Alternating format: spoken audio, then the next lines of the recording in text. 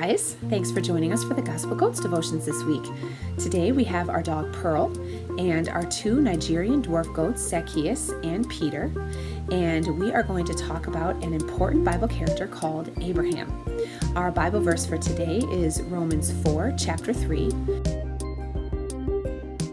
and it says, Abraham believed God, and it was credited to him as righteousness. And this is how our story goes. A very long time ago, God spoke to a man called Abraham. And he told him to leave his country and his family and to go to a land that God would show him. God didn't tell him where he was going or why, he just told him to go. God spoke to Abraham another time a little while later and told him that he and his wife Sarah would have a baby boy, even though he and Sarah were really old at the time. Sarah was almost 90 years old.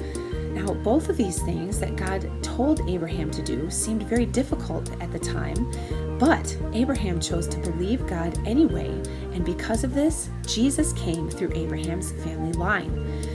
Sometimes God is going to ask us to do things that seem really difficult or almost impossible, but we can trust that God has a good plan and that He will always keep His promises because nothing is impossible to God.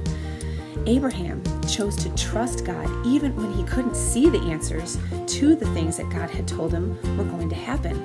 And we can also trust God through difficult times, knowing that He will always do what He says He's going to do.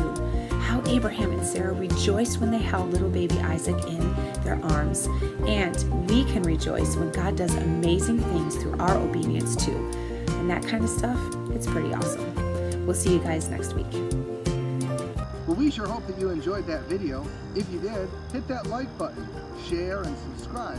That way, when we come up with new videos, you get a notification and other people can enjoy it with you. We'll see you next time.